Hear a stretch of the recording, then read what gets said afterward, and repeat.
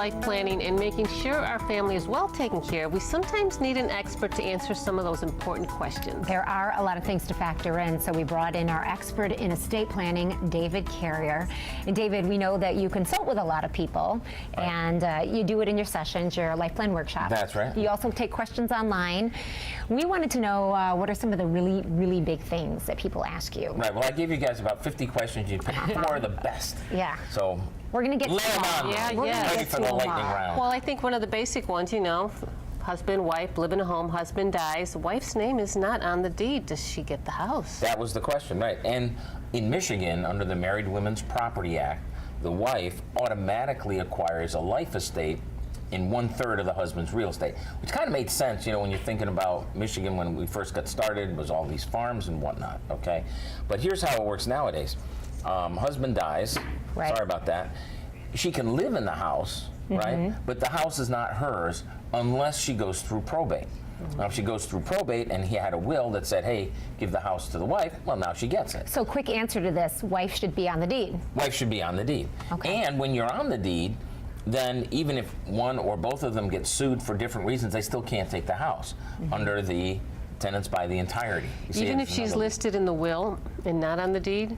If she's listed in the will, you know, remember how a will works. Yeah. The will is instructions to probate court, so she has to go through probate on the thing. Yeah, okay. Okay? So she next gets to live in it. question. But now here's the thing. Wait a second. What if she dies and he's not on the deed? He's out of luck. Really? He has to go through probate. She doesn't. She can still live in the thing, but she can't sell it. He can't sell it or live in it unless he goes through probate. Okay. Difference. Interesting. Okay. Next question. Next question. Lay it What on is me. the safest way to protect my parents' family home? They are willing to put me on the deed, or should it be in trust? And again, talking about deeds here. Right. A lot of folks do the deeds. You know, they do these ladybird deeds, and they used to do quick claim deeds and all the rest. We've had several cases where mom would deed the house to daughter, daughter then evicts mom, because now it's daughter's house. It's not mom's house anymore. Mom doesn't have a right to stay there. That's if you do the outright deed. The ladybird deeds that have come on, those are a little more, you know, a little more helpful, and don't have all the drawbacks, but we really favor the trust, because with the trust, you can actually say what you mean. You know, that's our shopping cart here. So what you do is you take the house, you put it in the trust, okay? Now, we don't face probate, you don't have to worry about it.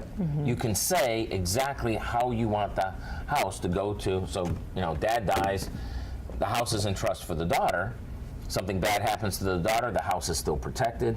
You know, there are a lot of ramifications to it, and the trust in general, the shopping cart in general, is the better way to go. Okay. Because you can really mean what you say. Okay. What else we got? Another question. Can we charge our older relatives for care and expenses while they are living with Right, us? because if they were put into a home or facility, Right.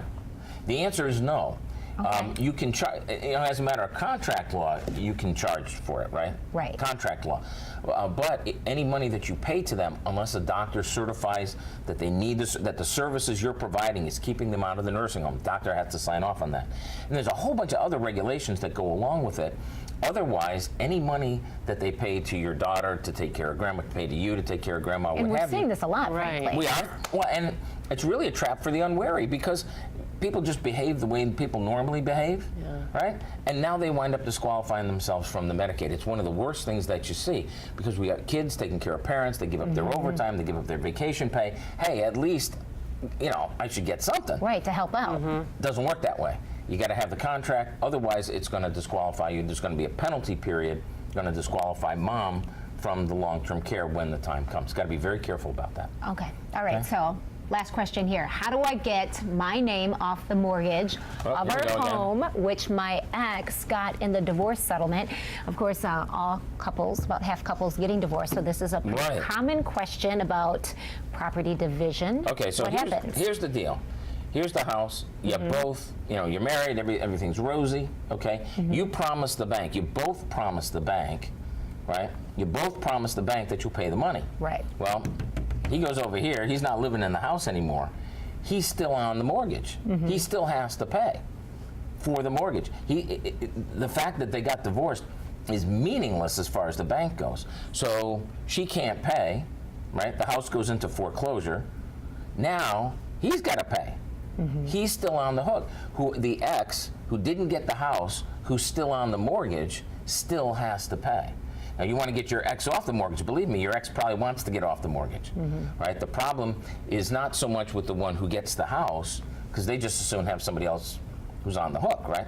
But the one who's not living in the house still has to. Right, and it can get complicated with kids involved. One of them is still in the house. They want to maybe maintain the house, but things happen, and so. Well, you know, people do, with these do-it-yourself divorces and stuff, you know, and they're like, well, you get the house, and I promise, you know, that I'll pay for the mortgage.